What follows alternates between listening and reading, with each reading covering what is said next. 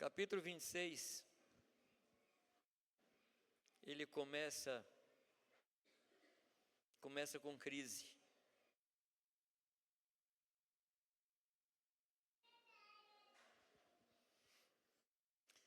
O que é que diz o primeiro versículo de Gênesis 26?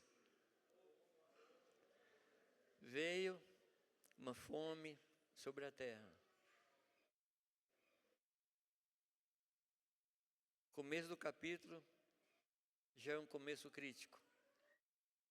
Já fala de fome. Já comentamos sobre isso em outras ocasiões.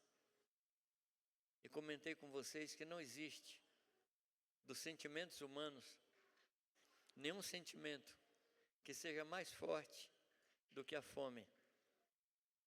Não tem nada mais forte do que a fome. A fome faz a gente fazer loucura. A fome faz a gente fazer coisas que a gente não imaginava que a gente fosse capaz. Então havia fome. Ele fala, além daquela, a vida nos dias de Abraão. A Bíblia fala de 13 fomes na história de Israel, ou na história do povo de Deus. Eu não vou aqui ler com vocês ou mostrar os textos, porque não é o caso. Havia fome. E a palavra de Deus diz, mas lê comigo, a partir do verso 13. O verso 13. Aqui está falando de Isaac. O texto diz que Isaac prosperou. E eu quero dizer para você, Isaac prosperou num tempo de fome. Tem alguma lição para nós? Não? Tem alguma lição para nós? Isaac prosperou no tempo de fome. Qual é a primeira lição que eu tiro do texto? Que a circunstância não determina a minha vida. Pode haver fome ao meu redor, mas na minha casa tem pão. Pode haver trevas ao redor, mas na minha casa tem luz. Pode cair o mundo ao meu redor, mas eu estou firme com o Senhor.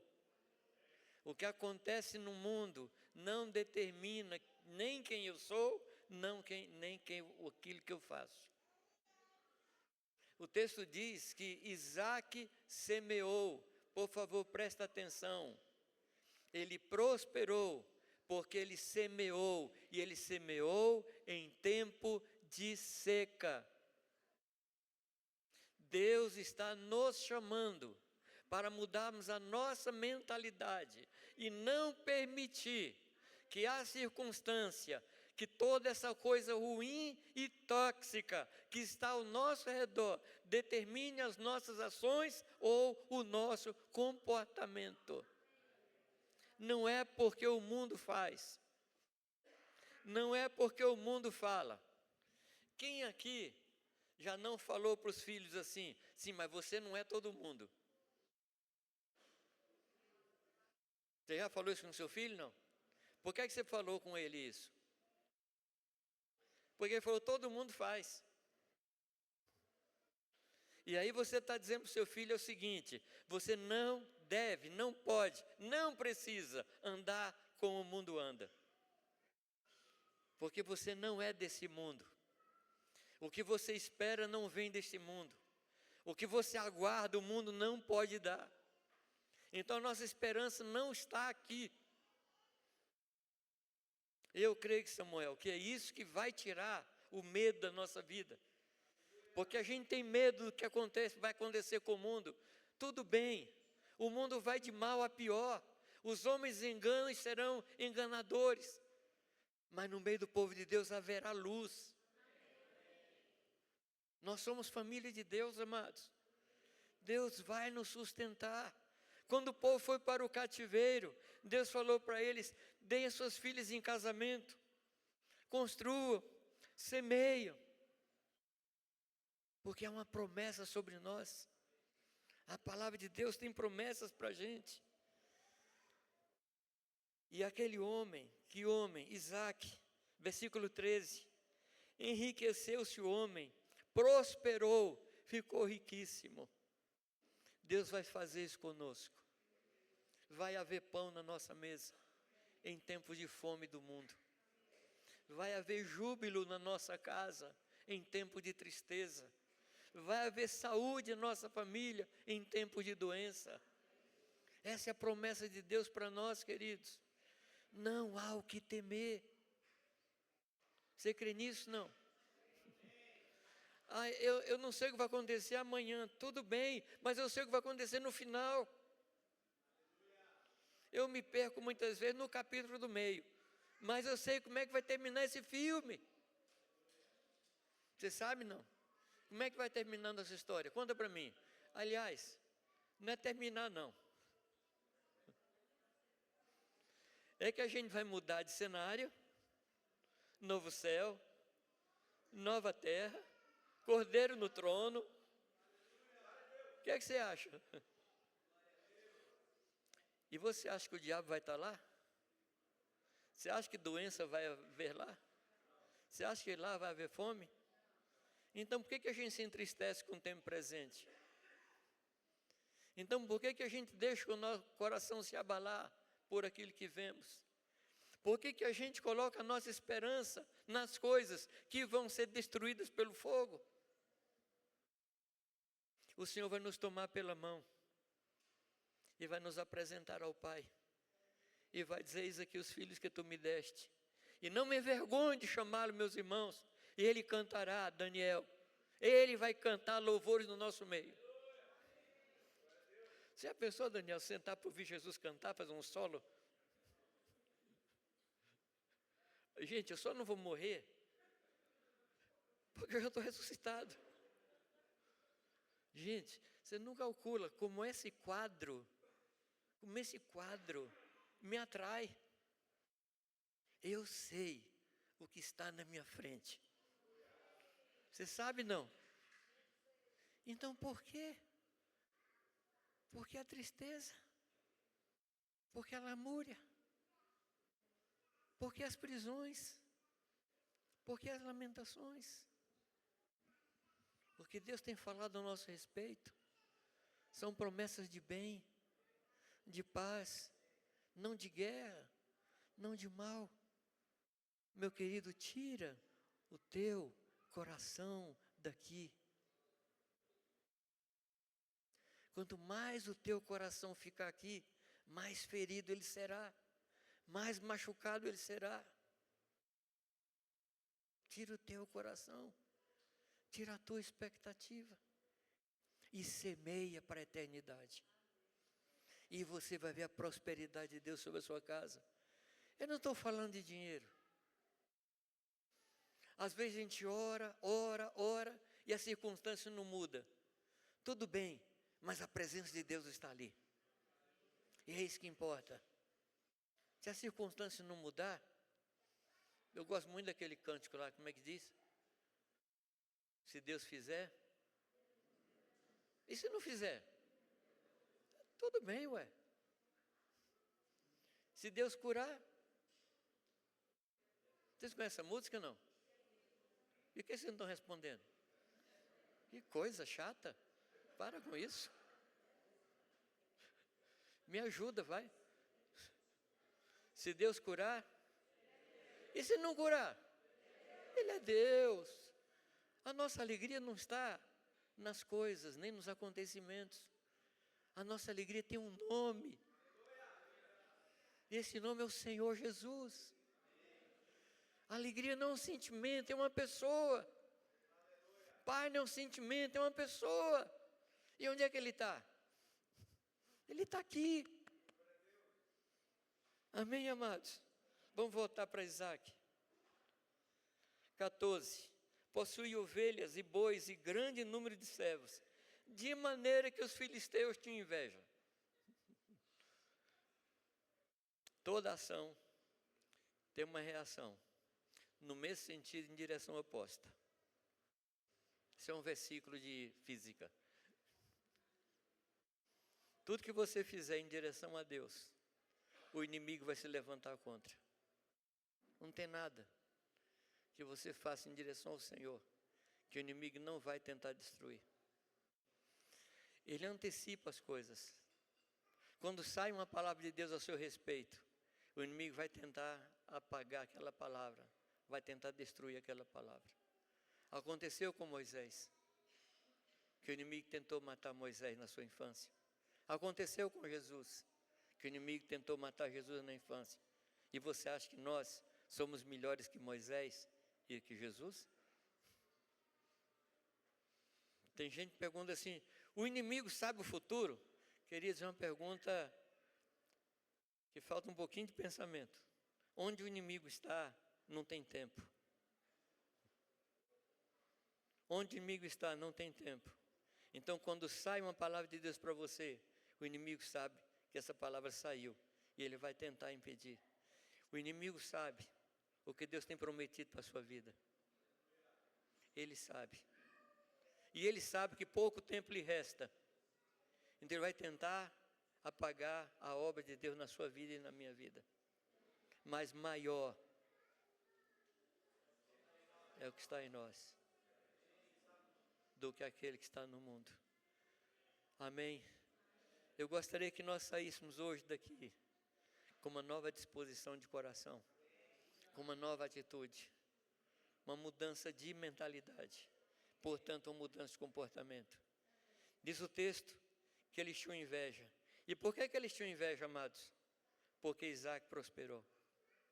A prosperidade de Isaac causou inveja nos inimigos do povo de Deus, os filisteus. E o que eles fizeram? Entulharam os poços. Entulharam os poços que os servos de Abraão fizeram. E eles encheram esses poços de terra. Qual a lição que eu tiro aqui? O inimigo vai tentar entulhar as coisas que Deus nos falou. Lembra de Hebreus capítulo 2, versículo 1, que foi o tema do encontro de pastores agora? Sobre, como é que diz? Estou com um texto de provérbio na cabeça. Importa que nos apeguemos com mais diligência às verdades ouvidas, para que em tempo algum andemos à deriva. O inimigo vai tentar entulhar as verdades que Deus tem nos falado no decorrer dos anos. Porque são essas verdades que nos dão rumo na nossa vida, que nos dão base da nossa vida, que nos dão fundamento na nossa vida. Nós precisamos trabalhar para desentulhar os poços que o inimigo foi entulhando nas nossas vidas. Poço, amado, fala de água, fala de vida. Aquilo que produz vida em nós, Satanás vai tentar entulhar. Agora, entulhar um poço não é de vez. São coisinhas pequenas que vão sendo jogadas ali. Negligência, displicência, uma mágoa, outra mágoa, até que o poço não verta mais água. E Deus quer que nós desentulhemos os poços que os nossos pais abriram para nós, que os servos de Deus no passado abriram para nós. Nós precisamos voltar às verdades antigas. Amém, amados? Verdades antigas. Quando o povo de Isaac cresceu, Abimeleque veio para ele e diz: olha, aparta de nós, sai de nós, porque o seu povo é muito grande. No versículo 18, o que é que diz aí? Tornou Isaac a abrir os poços que se cavaram nos dias de Abraão. Eu não sei se você já cavou poço em algum dia, sim ou não? Alguém já cavou poço? Deixa eu ver aqui. Já cavou, Nicolas já cavou, tem gente lá atrás, Felipe já cavou, você cavou também. Eu cavei poço também. E cavei poço, não é que o meu trabalho foi mais difícil que os seus, não, tá? Só descrevendo o que eu fiz. O poço que eu cavei, ajudei a cavar, era um poço em uma região de rocha. Você batia a talhadeira e faísca de fogo voava, com perigo de o gás de lá de dentro queimar. Cavar poço não é uma tarefa fácil. Restaurar as coisas que Deus tem falado com você não é uma tarefa fácil. Tem que cavar, tem que cavar, tem que desentulhar. Eu queria que você parasse agora aí na sua mente e pensasse nas coisas que Deus tem te falado no decorrer dos anos e que o inimigo entulhou.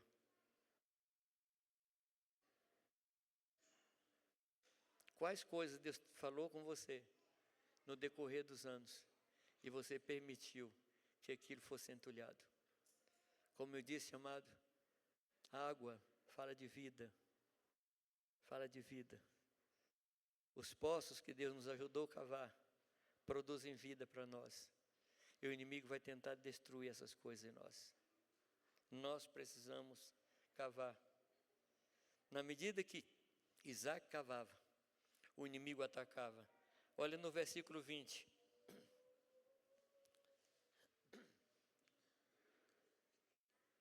Os pastores de Gerar contenderam com os pastores de Isaac, dizendo: essa água é nossa.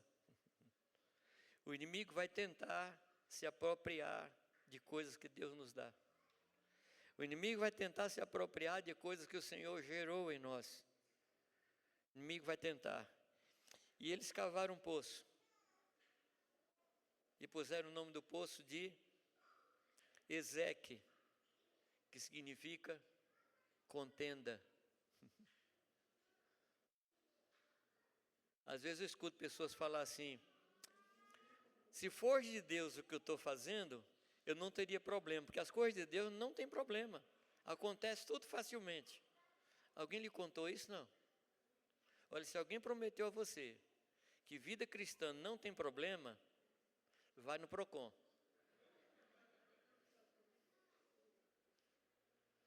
Porque isso, se isso é vida cristã, eu não sei o que é. Porque eu só tenho problema. E você? As contendas sempre virão contra nós. Sempre virão, sempre virão. Você concorda comigo? Não. Não lhe avisaram, não? Então, estou te avisando. Cavaram outro poço. Versículo 21. E também por causa disso, contenderam. Por isso recebeu o nome de Sitna, que significa oposição. Você lembra da lei de física que eu falei aqui? O inimigo sempre se oporá ao que Deus quer fazer na sua vida e na minha vida. Aquela história, não se é de Deus, vai dar tudo certo. Amados, não é verdade. Você já caiu nesse pensamento? Ah, não, está dando tudo errado, então não é de Deus. Já passou por isso? Não. Gente, se fosse verdade, alguém deveria ter avisado a Paulo e a Cristo. Houve alguém na história que teve mais oposição do que Paulo, do que Jesus?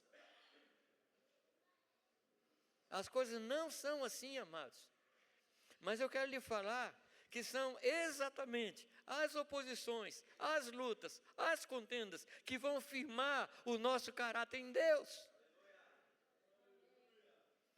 É a sua luta, é a sua busca, é o cavar o poço, é o lutar por água. É isso que lhe dá varonilidade, é isso que lhe dá hombridade, é isso que lhe dá firmeza. A vida cristã nunca foi uma promessa de vida fácil. A palavra de Deus diz, amados, que as profecias duraram até João. E a partir desse tempo, o reino de Deus é ganho por esforço. E os violentos se apoderam dele por esforço. Você tem lutado por santidade na sua vida? Sim ou não? É uma luta fácil? Não. É uma luta realmente de vida e morte. Então eu estou querendo lhe convocar nesta manhã a você vestir a armadura do Senhor e se engajar nessa luta por uma vida espiritual vitoriosa. Mas há vitória sem luta? O problema, amados, é que nós estamos ouvindo aí uma mensagem evangélica que propõe vitória sem luta, glória sem cruz, ressurreição sem morte. Isso não existe. A palavra diz que nós somos mais do que vencedores. Ser vencedor significa o quê? Que houve uma luta. Não sou mais que vencedor, tá? Qual foi a luta? Não tive luta nenhuma, não. Então como é que pode ser vencedor? Infelizmente, nós, os pais, facilitamos a vida dos nossos filhos de tal maneira que eles se tornam pessoas fracas, débeis, desculpa a expressão, frouxas. Não pagam preço. Pai, eu quero a mesada, está aí a mesada. Aumenta a mesada, pai, lá vem aumento de mesada. Para com isso. Faz o seu filho merecer. Faz o seu filho lutar por aquilo.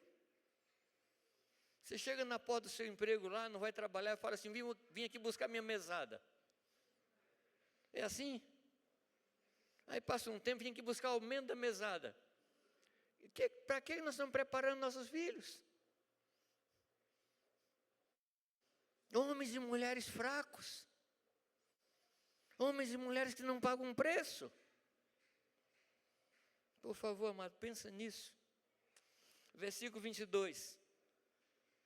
Então, primeiro Ezequiel, contenda, depois cite na oposição, acusação. 22 diz, partindo dali, cavou ainda outro poço. E por esse não contenderam. Então chamou aquele poço de Reobote. Lembra Reobote? Chamou aquele poço de Reobote. E por que Reobote? O que significa Reobote? Lugar amplo. Lugar amplo. A palavra de Deus diz, amado, que nós temos que porfiar por entrar pela porta estreita, entrar pelo caminho estreito, porque dessa forma nos será amplamente suprida a entrada no reino dos céus. Parece que aqui há uma contradição. Ele diz que se nós lutarmos por entrar pela porta estreita, caminhar pelo caminho estreito, vai ser amplamente suprido para nós a entrada no reino dos céus. A proposta é que nós lutemos para alcançar as coisas de Deus. Mas o que Deus vai fazer? Ele vai nos levar para o reino. Amém, queridos? E depois, ele continuou. Ele fala, Deus nos deu um lugar amplo e nós vamos prosperar nessa terra. Nós vamos prosperar nessa terra. Eu não estou dizendo que nós vamos ganhar dinheiro. Eu não estou dizendo que nós vamos ganhar casas, mas nós vamos implantar o reino de Deus nessa terra. Essa cidade vai ser ganha. Vai ter oposição? Sim. E daí? Vai ter luta? Sim, e daí? Toledo será do Senhor Jesus Cristo. Amém, Adilson? Vai ser. Eu gosto de uma palavra do Abe Hilber, quando ele morava em Santarém. Ele diz assim, em Santarém todo mundo vai converter. Se não quiser converter, tem que mudar de Santarém. Porque se ficar, vai converter. Porque nós vamos trabalhar. Nós vamos cavar os poços serão desentulhados, e a fonte de vida vai voltar a jorrar. Essa é promessa para nós, amados. A palavra de Deus diz que aquele que tem sede deve vir ao Senhor e beber, e aquele que beber do Senhor, fluirão do seu interior, uma fonte que há de jorrar para a vida eterna. Então não é pingar, não é gotejar, é uma fonte que jorra. Que tipo de igreja você está almejando? Uma igreja que vai chegando arrastada lá nos céus, faltando pedaço. Essa é a visão que você tem, essa é a visão que nós temos? Não, amados. Nós vamos chegar vitoriosos diante do Cordeiro. Nós vamos chegar vitoriosos. Talvez alguns de nós vão passar por sacrifício. Não importa. Não importa. Versículo 22. Construir o Reobote. Versículo 23. Subiu para Berseba. Berseba significa poço. dos 7 juramentos. Nós temos que restaurar as promessas de Deus para a nossa vida. Quais são as promessas que Deus fez a nós? Às vezes, amados, as coisas ao nosso redor vão apagando as promessas de Deus da nossa mente e do nosso coração. Eu lhe peço agora que você traga à memória as promessas que Deus tem feito para você. Amado, nós somos movidos por promessas. O que move a igreja é promessa. Amém? Como é que a gente pode esquecer as promessas do Senhor? Esquecer promessa, amados, faz a gente parar. Esquecer promessa faz a gente estancar na vida. Mas nós vamos trazer à memória o que nos pode dar esperança. E esperança, amados, é alguma coisa que a promessa nos traz. Por isso nós precisamos cavar Beceba de novo. O poço dos 7 juramentos. Quais são os juramentos que Deus tem feito a você? Quais são os juramentos que Deus tem feito a respeito da sua família? Deus me prometeu que os meus filhos seriam profetas do Senhor. Deus me prometeu que os meus filhos seriam sinal para as nações. No mês passado, a minha filha Cindy foi convidada pela ONU para falar em Tessalônica, na Grécia, a respeito de migração de refugiados. Até eu brinquei com ela, né? Quem merece não é chamado, né?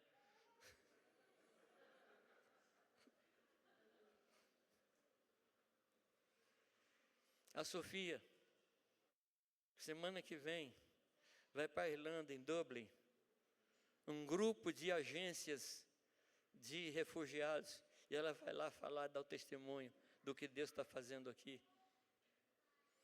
O Ministério do Trabalho chamou o nosso iraniano, nós temos um iraniano lá de estimação, tá? Nós temos um homem que era pastor da igreja iraniana, e está com a gente lá, Deus deu para eles um filhinho. E agora o Ministério do Trabalho, olha essa, Daniel, chamou ele em Brasília, porque o Ministério do Trabalho quer, eu não sei como é que é o nome, quer estruturar a profissão de intermediador entre pessoas refugiadas. O que é que vocês acham? A promessa de Deus é que a igreja vai determinar as leis. A gente tem que sair da caverna. A gente tem que sair do pequeno. Eu não estou aqui, amados, chamando vocês para promessas vãs, mas estou falando dos juramentos que Deus tem feito a nós. Amém? O ano passado, eu sentei e eu busquei palavra profética para cada um dos meus netos. E eu profetizei sobre cada um dos meus netos. Você já fez isso com os teus filhos? Com os teus netos? Não. Faz isso, meu irmão.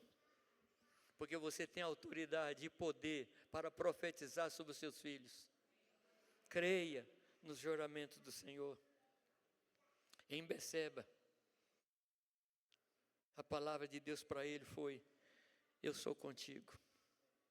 Eu sou contigo. E por causa disso, ele levantou um altar em Beceba. E ali ele pôs a sua tenda, o altar e a tenda. Nós precisamos voltar a levantar altares na nossa casa. E restaurar a vida de adoração na nossa casa. Deixa eu fazer uma fofoca aqui.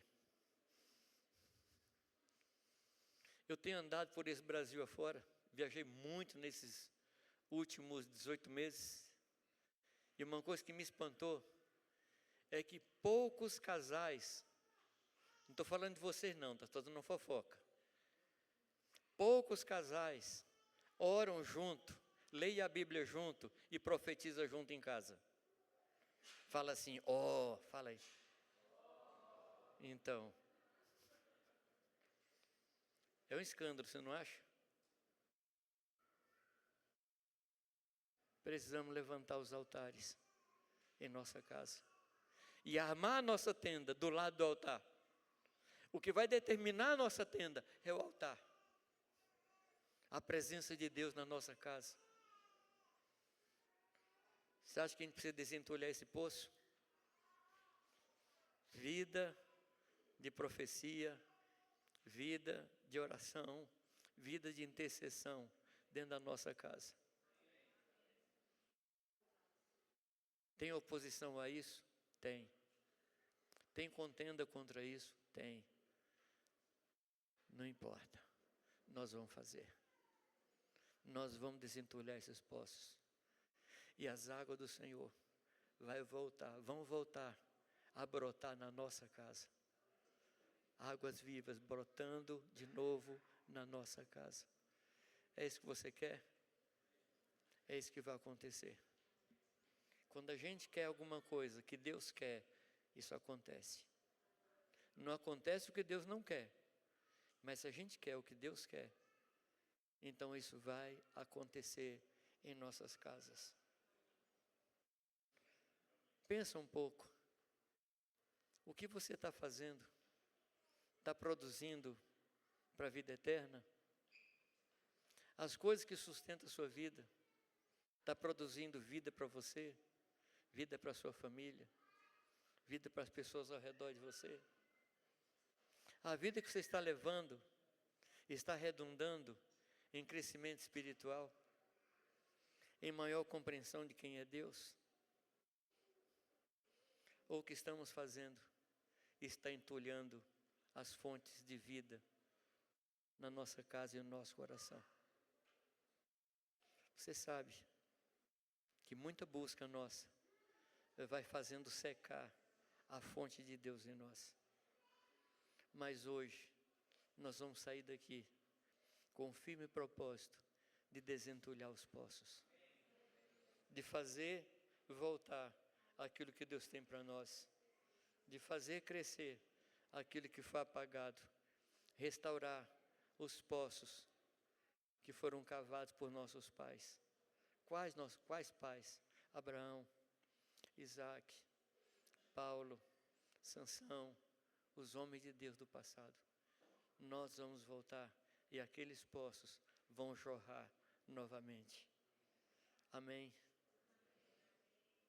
Respeito aos mais velhos, honra aos mais velhos, honestidade, respeito às leis, cumprimento de palavra dada, respeito aos horários, responsabilidade para com os outros, paixão pelo Senhor e por sua palavra, amor ao povo de Deus, restauração do nosso compromisso com a igreja, compaixão por aqueles que ainda não conhecem ao Senhor.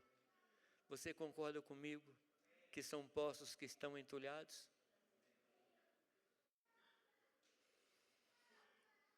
Nós vamos celebrar a ceia. Como eu falei no começo, a ceia é o começo de uma nova história. Esse será para vocês o primeiro mês. Esse será para vocês o primeiro ano. Uma nova vida. E eu gostaria que a gente celebrasse a ceia nesta manhã, com essa atitude de coração. A partir daqui, minha vida vai mudar. Eu vou trabalhar para isso. Eu vou me esforçar para isso. Eu vou desentulhar os poços. Eu não vou mais deixar os inimigos entulhar os poços da minha vida. Podemos fazer isso? Você tem coragem para isso? Só os violentos, viu? Só os violentos. Ah, mas violência contra a pessoa? Não, violência é contra você. Você tem que ser violento contra você. Você sabe que a gente tem mania de acariciar o ego da gente, né?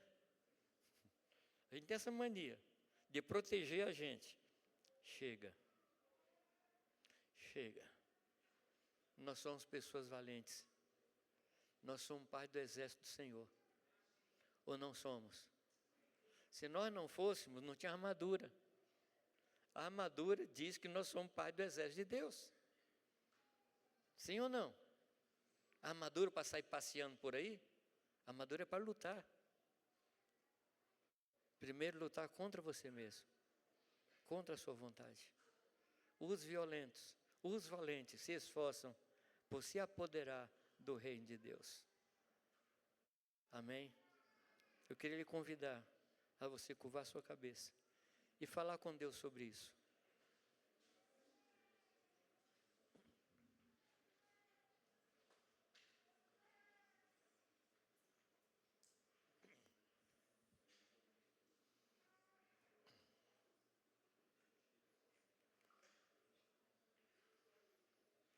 Se a sua família está aqui, ore junto com a família.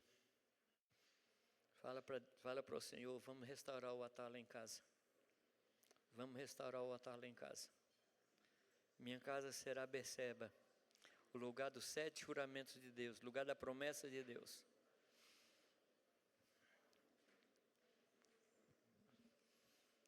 Tempo novo. Um tempo novo.